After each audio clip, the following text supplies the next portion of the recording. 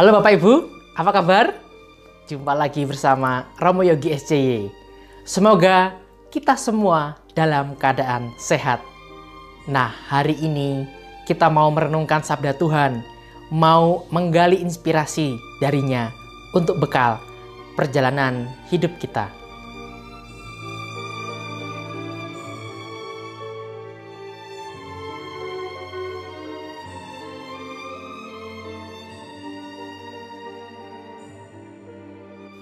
Saudara-saudariku yang terkasih, hari ini Rabu 1 September 2021, Pekan Biasa ke-22.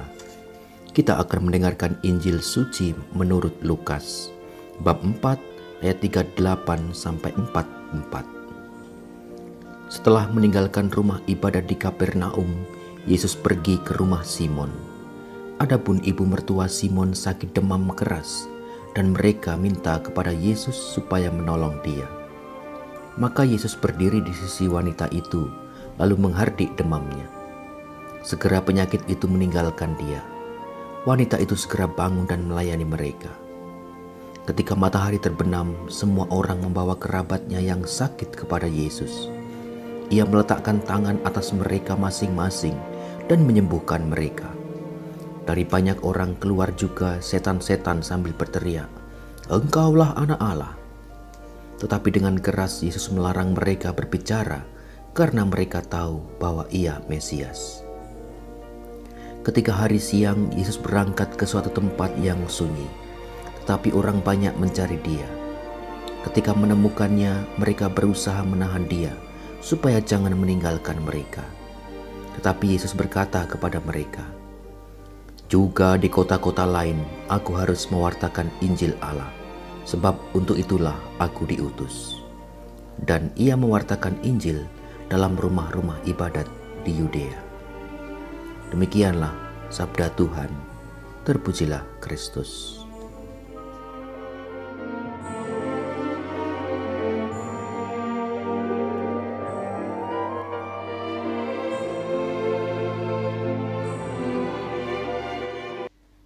Juga di kota-kota lain, aku harus memberitakan Injil Kerajaan Allah, sebab untuk itulah aku diutus. Saudara-saudari terkasih, banyak orang datang pada Yesus ketika itu karena Ia membuat banyak mujizat dan penyembuhan. Yesus jadi populer dalam waktu yang singkat. Tetapi perutusan Yesus jauh lebih besar dari sekedar hasrat mempertahankan popularitasnya. Yesus tidak terikat popularitas pada perasaan dibutuhkan yang semu, yang lantas membuatnya berlama-lama di satu tempat atau mengabaikan pelayanan lain. Yesus diutus bukan untuk menjadi tabib, walaupun Dia dikenal bisa menyembuhkan orang sakit. Tetapi Yesus diutus untuk mewartakan Injil. Yesus sadar di tempat lain juga membutuhkan kehadirannya. Saudara-saudari terkasih, bila tidak hati-hati, pelayanan dan perutusan kita juga bisa jatuh pada pemenuhan hasrat populer.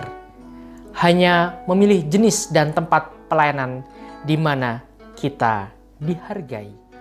Lantas kita kehilangan prinsip dan nilai-nilai Kristiani dalam pelayanan karena sekedar menghamba pada apa yang membuat kita populer dan disukai orang banyak.